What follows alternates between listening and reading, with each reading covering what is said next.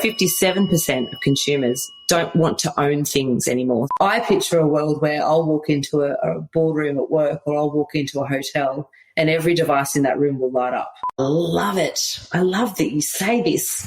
Have you been digging around on my LinkedIn? You have, haven't you? Welcome to Add to Cart, the podcast that Express delivers all you need to know in the fast-moving world of e-commerce. Every month, Nathan Bush from 12 High and an e-commerce industry expert will share the news, research and insights that you need to know to keep you at the top of your game. And of course, keep your customers adding to cart.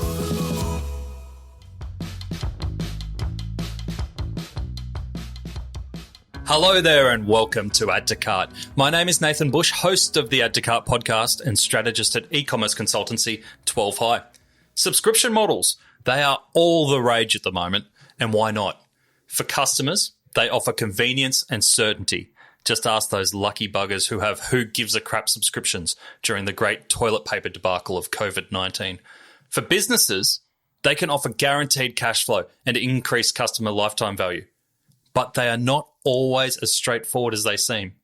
In this episode with Carolyn from Go Cardless, we explore what makes a great subscription model, how to get started, and where it can all come unstuck. Now make sure you stay tuned in until the end to hear Carolyn's version of what a life full of subscription micropayments could look like. It'll change your view on how you structure your subscription plans moving forward. It blew my mind. Now, thanks to our partners at Shopify Plus and Klarna, let's take a deep dive into retail subscription models with Carolyn from Go Cardless. Carolyn, welcome to Add to Cart. Hey, thanks for having me. My pleasure. Now, Carolyn, we've known each other for many years, from your time back at eBay, Braintree, and now you're at Go Cardless. Give us a little bit of your background and a little bit about what you're doing at Go Cardless now. Sure. So, you and I met back at eBay days. eBay was my launch into e-commerce and digital payments. It's a great place to learn about the power of e-commerce and also how something like a marketplace can democratize a vertical or an industry. One of the things I loved about eBay, which has kind of defined the types of roles I go for now, are technologies that create inclusion and diversity by making technology accessible and giving choice.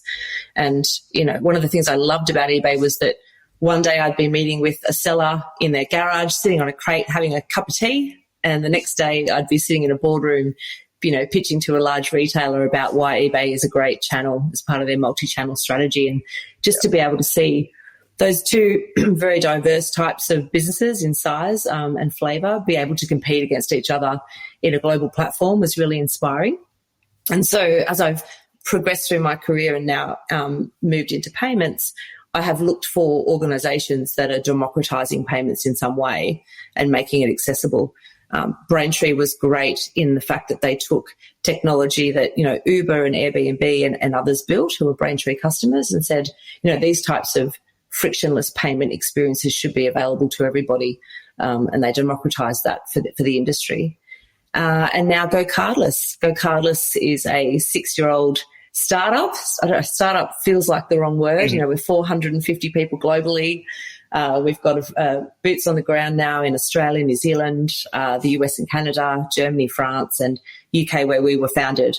And Go Cardless have pulled together and built a global bank direct debit platform that really rivals, Visa and MasterCard and the schemes who have had a stronghold in that area. And they've made bank direct debit, which is a pool payment mechanism, accessible to small business. Whereas historically, in Australia, as an example, in order for a small business like an accountant or a cleaner or a bookkeeper or anyone that's providing an ongoing service or product to a customer and has a recurring invoicing relationship with them, traditionally they would have had to invoice payment terms with their customer, 7, 14, 30 days, and they spend a lot of their money chasing those payments. And banks made it incredibly hard for people to have access to that pool technology.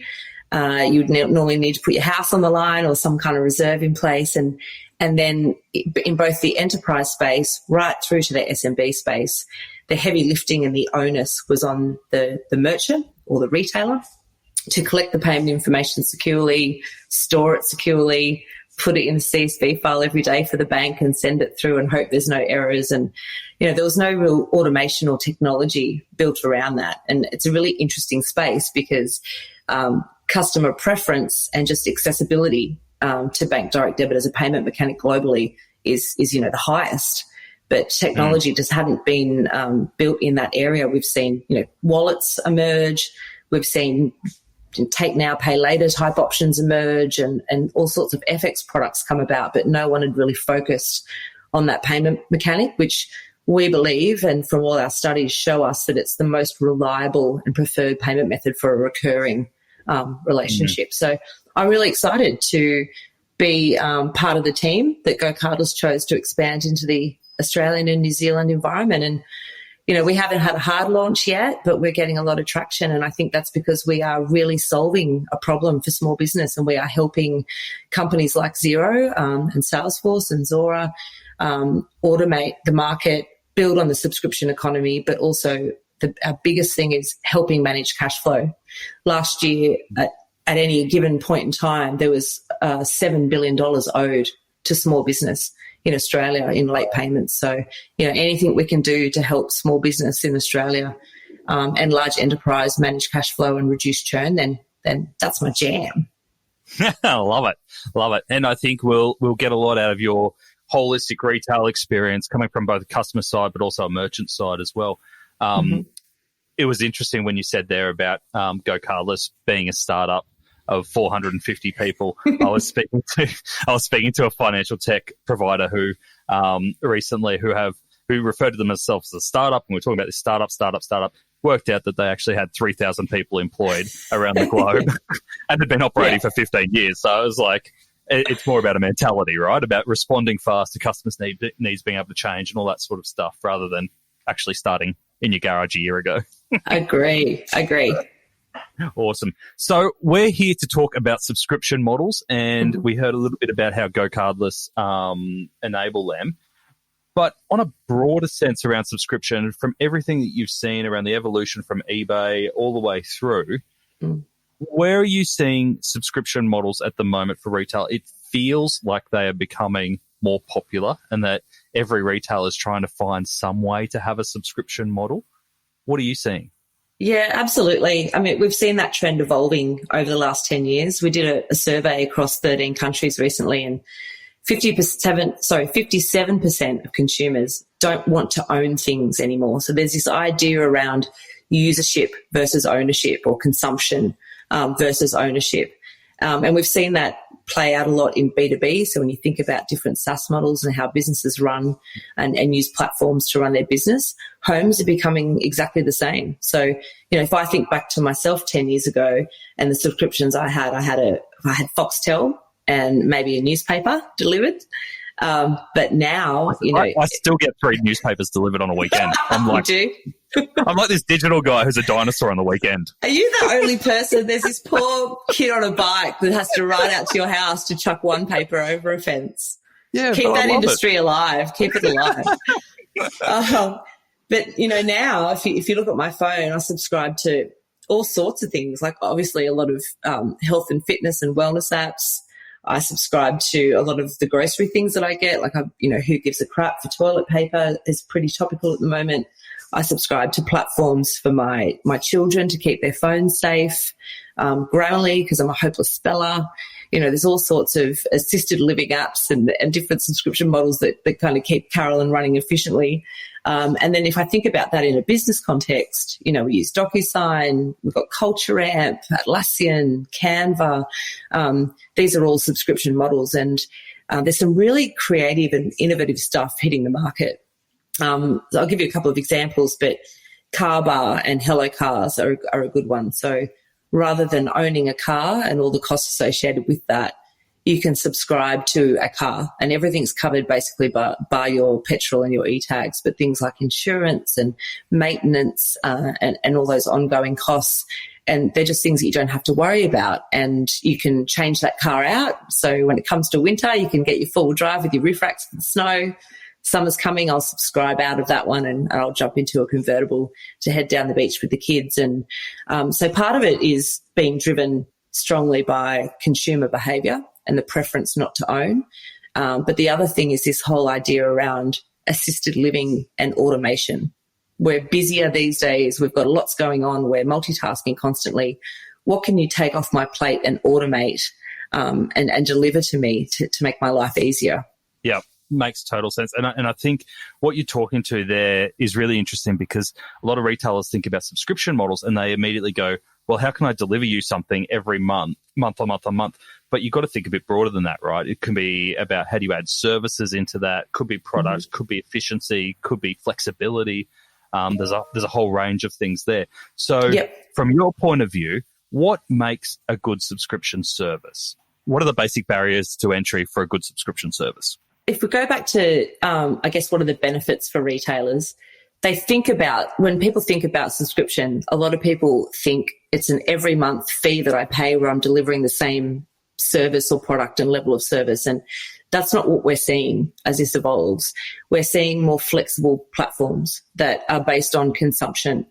And so the subscription models that I've seen that are really successful are around putting that flexibility and control back into the consumer. So being able to create a platform where they can add different services and products, where you're telling them what they've been consuming and you've got that relationship with them where you can pull that out of their account and you're adding value to them. And it gives you a closer, more intimate relationship with your customer that's value driven. It also allows retailers to have like a forecast of revenue and more predictability around, it could be a physical product that they're doing, so stock that they need, like a Bella Box or a Book a Buy, are great subscription examples in that, where it gives them that foresight of revenue that's coming in and allows them to build on their business and then to provide those customers with more value. And the ones that I've seen work really well are around a frictionless experience up front to increase conversion. Every time throughout a relationship with your customer, subscription or not, whenever you ask them to, add payment details or choose a new preference and you don't bring that automation to them, you're giving them a reason to reevaluate their relationship with you. So anything you can do to automate that and to give them that flexibility, I've seen as being really successful.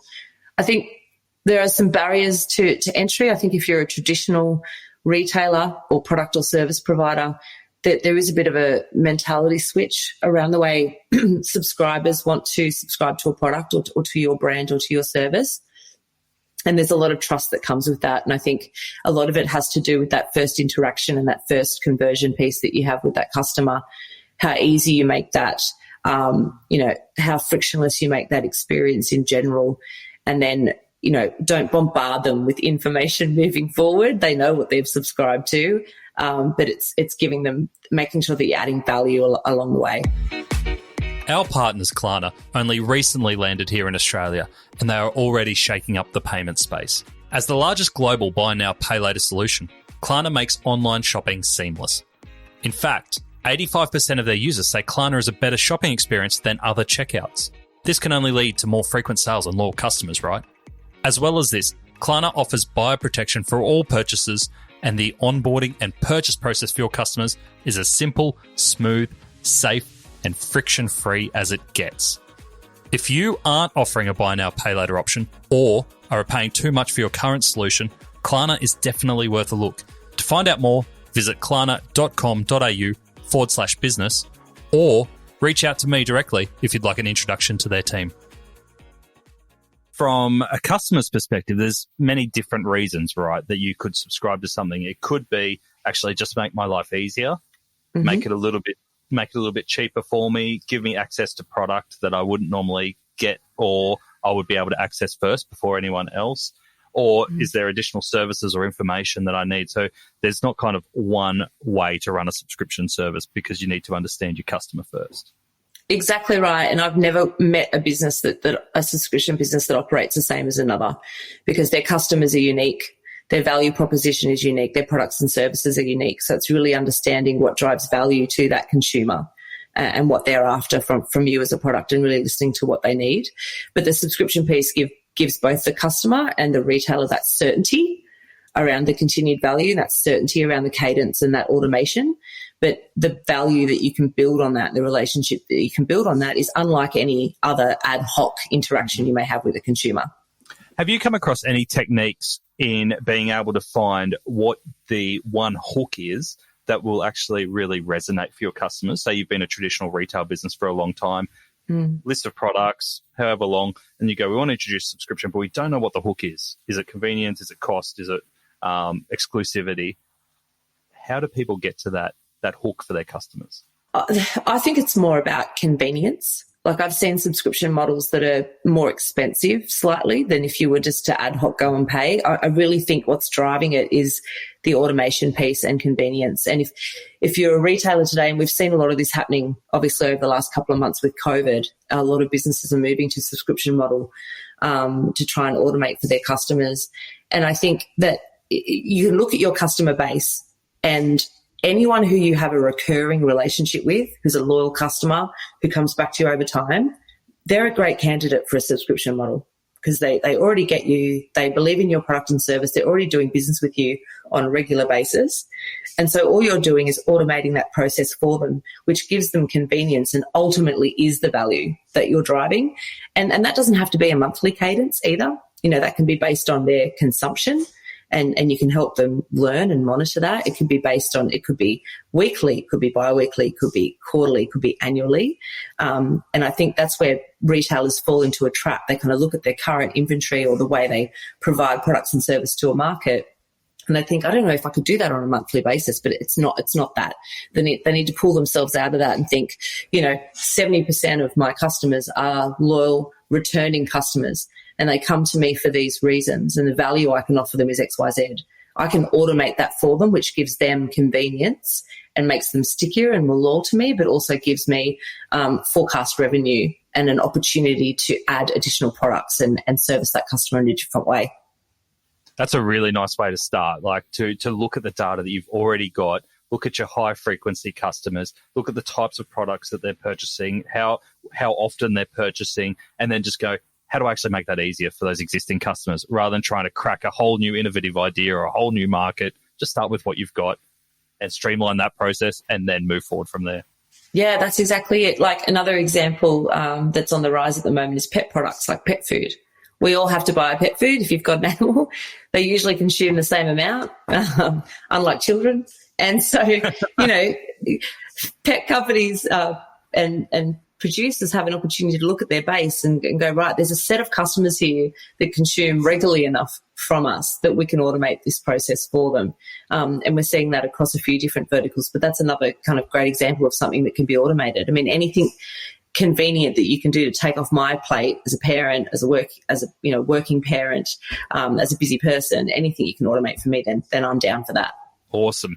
So say you got that right. So say you went, great, we've got that down pat. We're looking after our current customers, our most valuable customers. It's really easy to subscribe with us. We're making your life easier.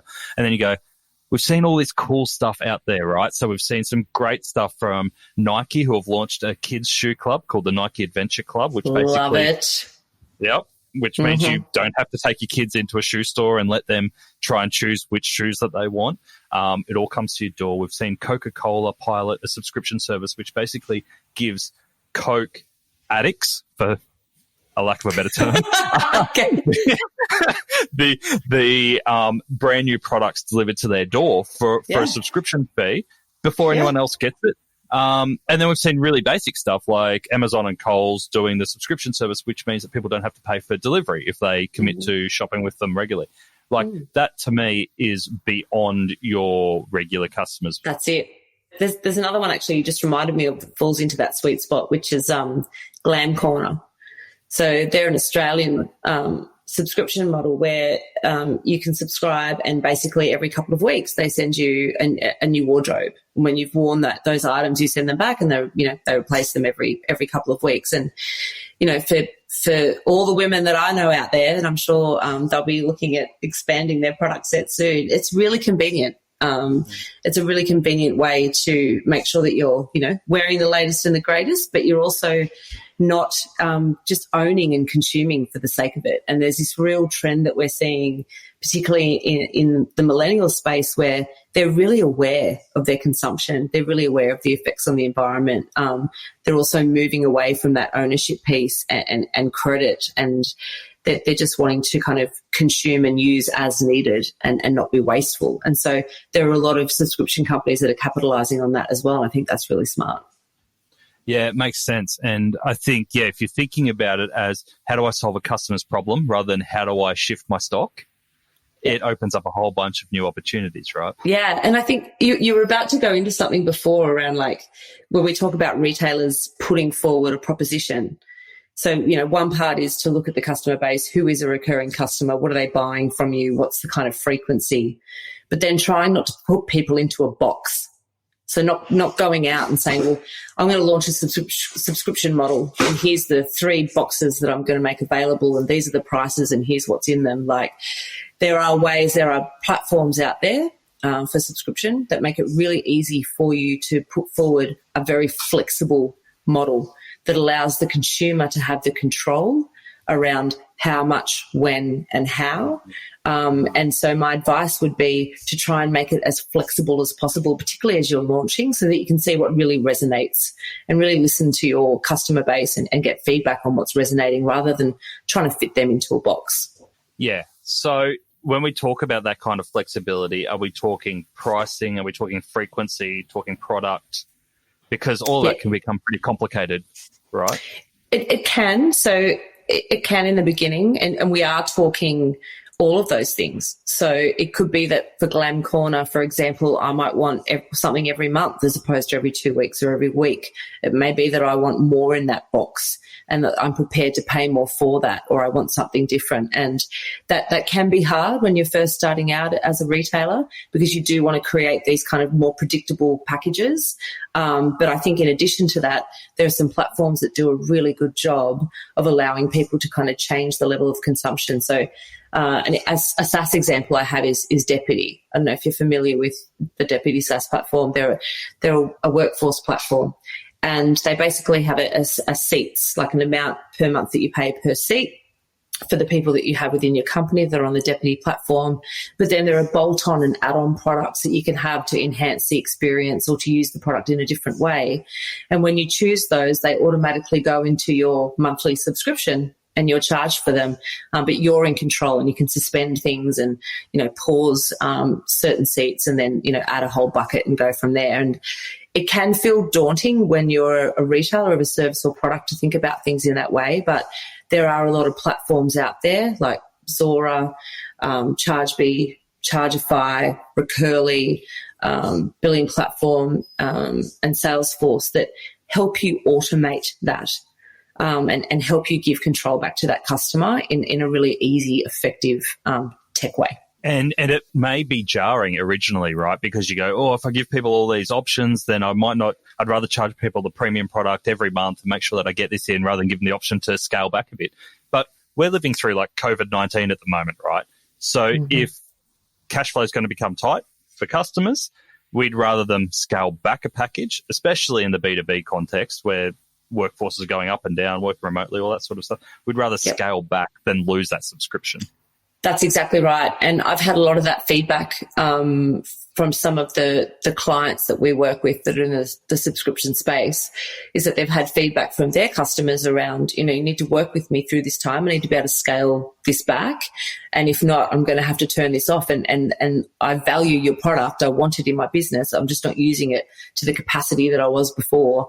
And so having the flexibility in the platform that allows you to do that is critical. And conversely, it's been the same for businesses that have been really needed throughout these times. So thinking about who gives a crap and businesses like that, grocery delivery, wine delivery. We've seen some really great, wine delivery. I think that was me on my own, but we've seen some really, big uptakes as well in the way people want to consume, and they want to be able to consume more and be charged more, and they're happy for you to pull that from their account or credit card and be charged more, but they want the flexibility to bring that down at a later date. So, I get that for a lot of businesses, they need to kind of go out with set kind of packages and give guidance. And if you do want to move your customer base into more of a premium kind of package where you've got options to sell, my advice would be to let them test some of that stuff first. Maybe send them a gift if it's a physical good. And you can always preference those premium products and show the value on the site to get that adoption, but don't, push it down their throats. Like, be flexible. Yeah. Yeah. And also, I think you got to think of it as not just how do you price this accordingly, it's what other value are you giving people. So some of the best examples I've seen is where product is combined with service or content. So we recently launched with Stone and Wood Beer Club, and it's basically for their pointy end beer drinkers they talk about, and these are all their they've got a counterculture beer, which is like its own brand, but it's attached to Stone and Wood, and it's got some crazy beers, right? So there's these really dark stouts that are made in the old traditional brewing methods, and then most recently they released one which was like an electrolyte beer. What? So you is never that know the morning what after beer? The morning after beer? Yeah, I love it's the best. It's the best beer after you've mowed the lawn because you feel like an athlete, but you're drinking beer. There's another company out there that reminds me of another great subscription company I came across not long ago called Whiskey Loot.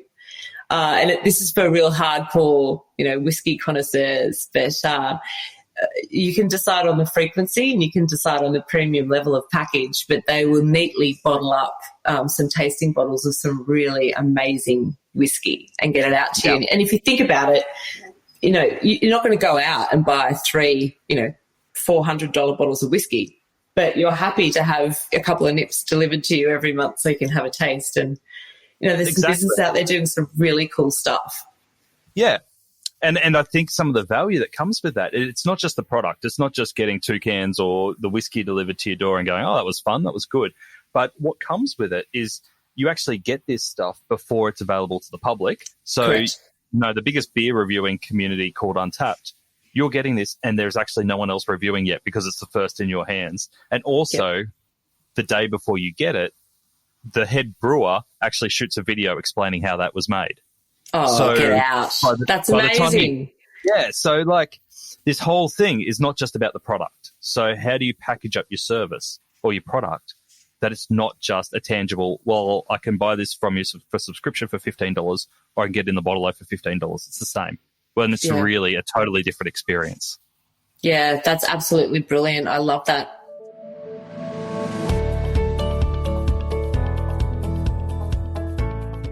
If you're not selling direct to consumer, you run the risk of leaving your brand's future in the hands of your retail distribution partners.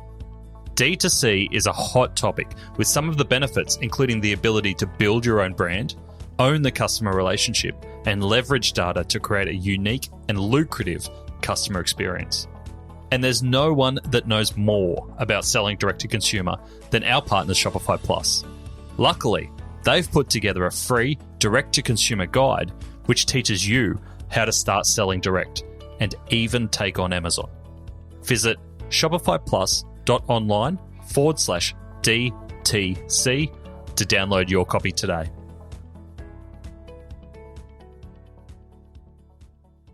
From your point of view, what are some of the things that can go wrong if businesses jump into a subscription model early without thinking too much? I mean, we've talked about finding out what drives your customer rather than trying to find what drives your business. Where else are the downfalls in a subscription model compared to a traditional retail model? Interestingly, I find it really hard to not fall straight to kind of conversion and payments.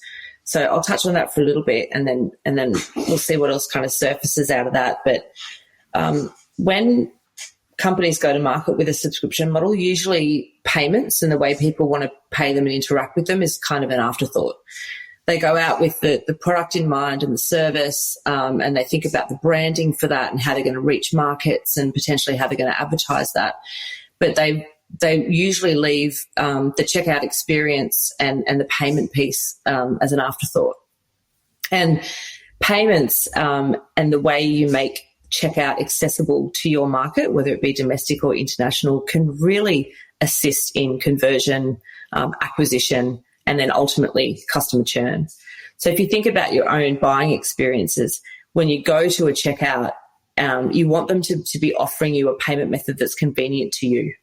So it might be that it's credit card that's convenient to you, or it might be bank direct debit, and it might be PayPal that you want to use. And those options need to be shown to you side by side in the same digital manner. And they want to be, you don't want paper forms for bank direct debit, for example, and a page that redirects for credit card, and, an old PayPal integration that asks you to log in every time. And so really thinking about what you're offering in that conversion piece in checkout can really help with your customer acquisition and conversion at that point, making it as frictionless as possible, then not having to ask for their payment information again. So making sure that you're working with a payments partner that tokenizes that and automates that, and is integrated into your billing platform so that everything is happening automated end to end and you don't have to worry about that again.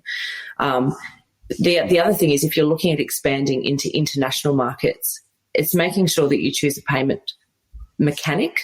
So a mechanic is like credit card or bank debit or PayPal mechanic, and also that you're partnering with someone that can make it accessible for those markets. So one of the reasons why bank direct debit, even though it's the most preferred way to pay for recurring business models globally, has been hard and not really offered in global subscription models, is that in order to do that previously, you would have had to have a local entity in those countries, and you would have had to have a local banking relationship in order to set up bank direct debit, which is why credit cards and things have been so prevalent. That's also why credit cards and wallets can charge a premium, like scheme fees and interchange for those types of services, right? But now that's been removed as a barrier. So you can, through Go Cardless, you can set up and offer bank direct debit in those countries and accept payment and have it settle into your Australian bank account without having to have those local entities and banking relationships. And we've seen some customers, so for example, SiteMinder are a SaaS platform for the hotel and hospitality and travel industry. They went live with us in January, and they came to us originally because they had huge customer demand for bank direct debit. So in Australia alone, 56% of businesses prefer using bank direct debit than any other payment method to pay for their subscriptions. In the consumer space, that's 52% in Australia. It's even higher in the UK, and it's quite prevalent in the other countries as well. So SiteMinder was getting a lot of customer feedback that their businesses wanted to use bank direct debit. So after launching us in January, 70% of their European market moved straight over to direct debit, and it's been almost 50% in their Australian market since launching. And there's a few reasons for this. Obviously, it's a more reliable mechanic. People don't want to use credit where they don't have to. The whole frequent flyer point schemes with the capped interchange has kind of changed the landscape there a little bit. And, credit cards and some of the other payment methods are expensive for retailers to process, so they often surcharge, whereas bank direct debit is a much more cost-effective mechanic to use overall. It's also really accessible. So if you think about PayPal, which is very prevalent in Australia, I think over 7 million people in Australia have PayPal. I think it's over 300 million globally, might even be more than that. I should probably check my stats, have PayPal. But, that's across 230 countries. So when you break that down on a country-by-country basis, the penetration can be quite low in some of the markets that you're going after. So you really have to think about customer preference. So how do they want to pay me? And then the other one is accessibility. Is this an easy payment mechanic for them to use to pay me? If you're offering PayPal in a country where it has low market share and your user may have to go and open a PayPal account in order to do that, then that's not an accessible payment mechanic, and you're going to lose conversion at that time. So that would be the first thing, is when you're going to market, don't make your payment strategy one of the last things you think about. Make it something that helps you define your entry into certain markets in particular as part of your go-to-market strategy. Because a lot of the subscription services for online that have come out of the box or come as plugins to some of the leading platforms, it is just credit card, because that's the simplest way for them to integrate, right? So a lot of it is just enabled credit card by default. But what we're seeing, even in I know you mentioned a lot about the B2B space, and those figures around customers' preference around direct debit as well is huge, 52%. But if we think about what the buy now, pay later services are offering, especially to those millennial kind of customers, millennials are wanting visibility over what's going on, where their money's going. They're kind of steering away from credit cards a little bit because we don't know how that interest is calculated. So yeah, they are. They are moving away from credit. We're also seeing that reflected in home ownership in that age bracket. They don't necessarily feel the same need that our parents did or we do in owning their own property and that having that Australian dream. They're happy to rent. Same goes with car ownership and so on. And so they're reluctant for credit. Many millennials that I know that work with me or have worked with me in the past, they're happy to use bank direct debit. They're also happy to use the buy now, pay later options, and they're happy to have credit debit cards, like bank debit cards that are disguised as credit cards, so that they can get access, because a lot of retailers don't offer bank direct debit as a payment mechanic. So to give you an idea, that when we do our global studies, like I've told you that 56% in Australia is the preference. It's more like 60% in the UK and so on. But globally, when we survey 13 countries, 30% of people across business and consumer would prefer to pay for things with bank direct debit than they would other mechanics. Yet of the top 144 subscription companies in the world, only one of them today offer bank direct debit. And it's Audible, which is part of Amazon, and it's only in Germany. So, and this it's partly because it hasn't been accessible, but people are kind of looking and moving towards it now. And one of the big issues for subscription businesses is when you build up this loyal base and you're building the value and you've become so automated and ingrained in the day-to-day that a lot of the churn that subscription companies see is what we call involuntary churn. Where something's gone wrong in the background and they've been disconnected from that service and they don't even realise. So then you've got to reach out to them and try and get them back on board. And every time you have to interact with them in that kind of nature, you're asking them to reevaluate whether or not they need your service moving forward. And what we know of the involuntary churn is that 30% of that is directly related to payment failures. Wow. And so if you think about credit card expiry or changing credit card information, or fraud and things like that. So if you look across the markets that we operate in, on average, companies see 10 to 20% failures with credit cards for the reasons that I just mentioned, and on average with bank direct debit we see 2.5%. And then if you layer something like Smart Retry over the top of that, which is a technology where we can go back in automatically for you based on what we know about that customer and their historical spend and bank detail, we can go in and try and get that payment back for you over the course of that period.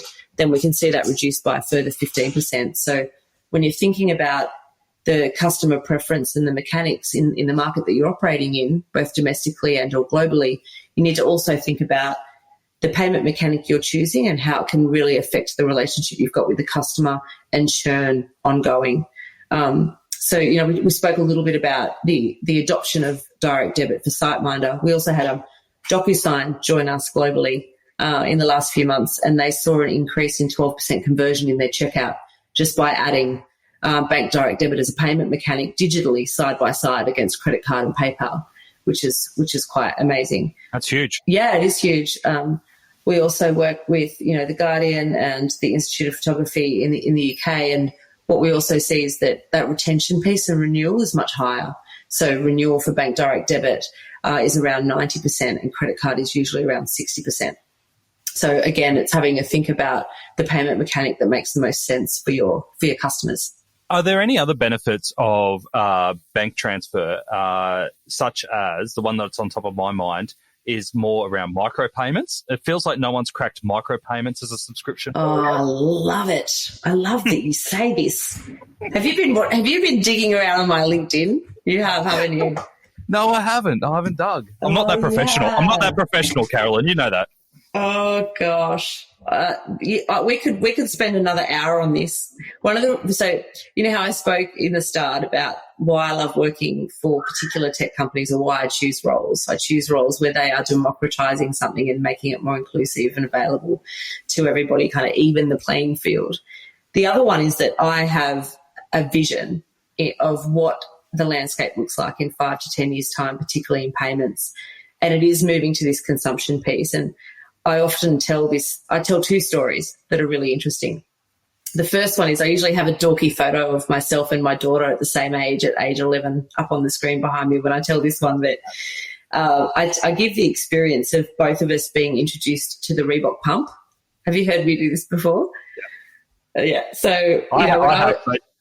I have. Okay. Well, we'll share it. Is it funny enough to share, or am I going to be embarrassing myself? So when I was in year 5, bit of both. Yeah. Oh, great. So when I was in year 5, there was a boy at school that got a pair of Reebok pumps, and everyone thought they were the coolest thing ever, and we all got to have a go. And I got home and I asked Mum about them, and she came back about a week later after asking around at the shops and found out how expensive they were, and she put me on a bit of a home budget where I had to do chores to raise the money to buy my Reebok pumps.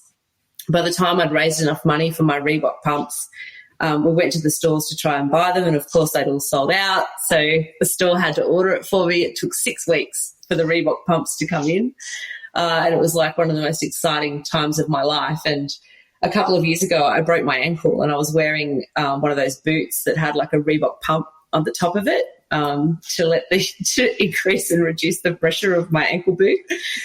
And my husband and I were cracking up in the kitchen because it reminded me so much of a Reebok pump. And my daughter was sitting at the kitchen bench on her phone. She's 11 at the time. And she said, "What's a Reebok pump?" And I started explaining it to her. And by the time I had finished, she'd found a Reebok pump in her size in Australia, stocked now, and had put it in her shopping cart to buy, and was asking me for my payment details. And then she was really upset because it couldn't be delivered within 3 hours. And so, consumerism has just changed so much. And this whole micropayments piece, it's so amazing to me and so exciting. So one of the things I love about my job is I get to deal with all sorts of different retailers and what we call merchants. So I talk to insurance companies and energy providers, water companies, SaaS platforms, education, universities, you name it, we get to talk to them. And I have this picture in my mind in 5 to 10 years' time. I'm getting out of the house and I'm jumping into my self-driving car. My daughter hops in the car with me because I'm dropping her to school on the way.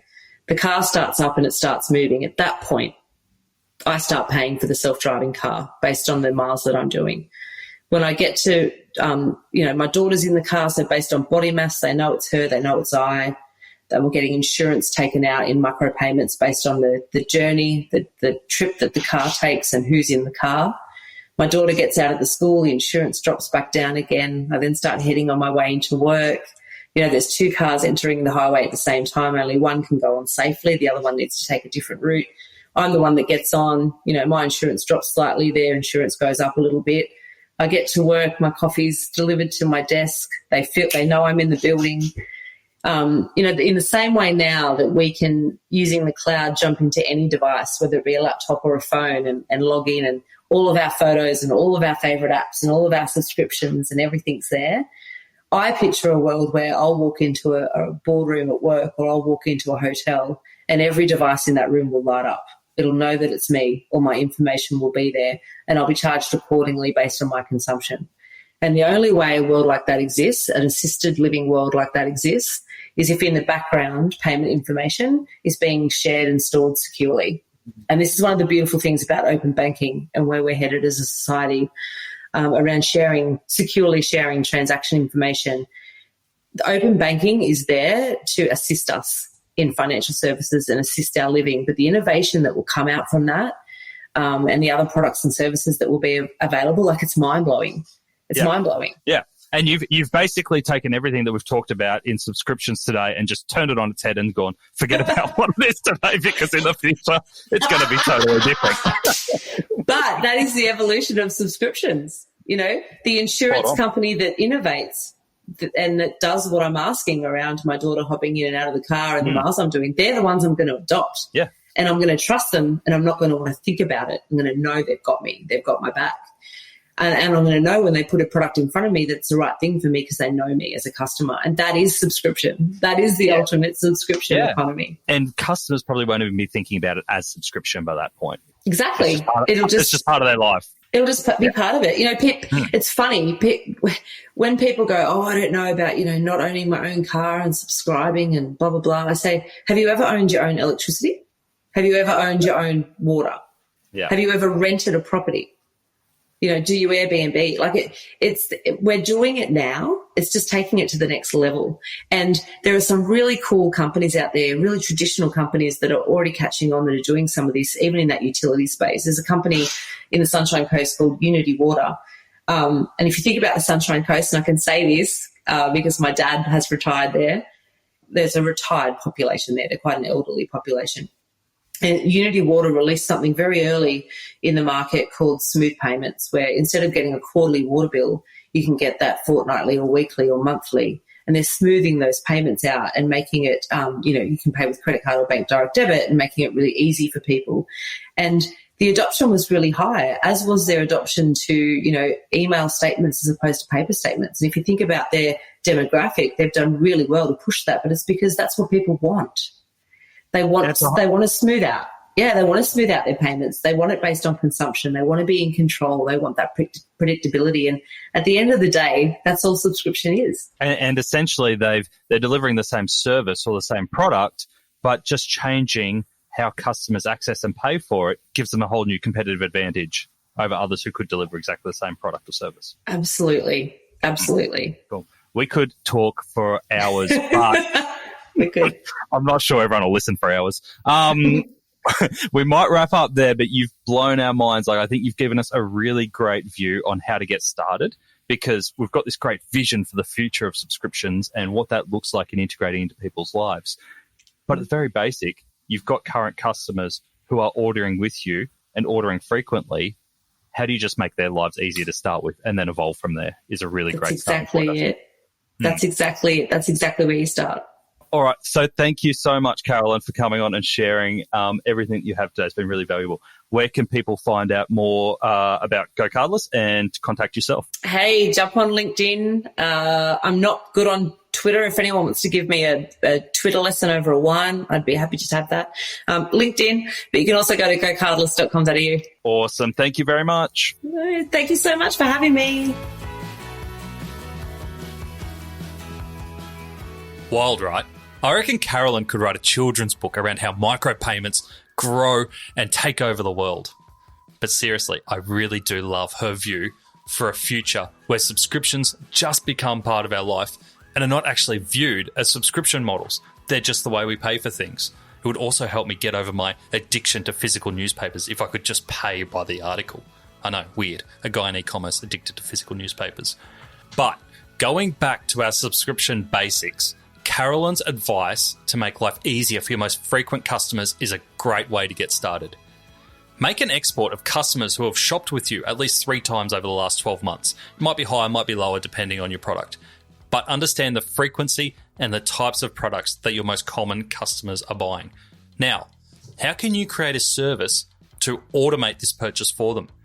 Even better, if you can tie this subscription purchase to added value, such as an exclusive range, first release product, or additional content. Try to do anything but steer away from discounting at the beginning. There is value in automating this process for your customers alone. This is a great starting point to test subscription. If you liked what you heard today and want to stay in the loop for future episodes, sign up to our mailing list at addtocart.com.au. And if you're feeling especially kind, leave us a review in the iTunes store. We really appreciate it. Until next time, stay safe and keep adding to cart.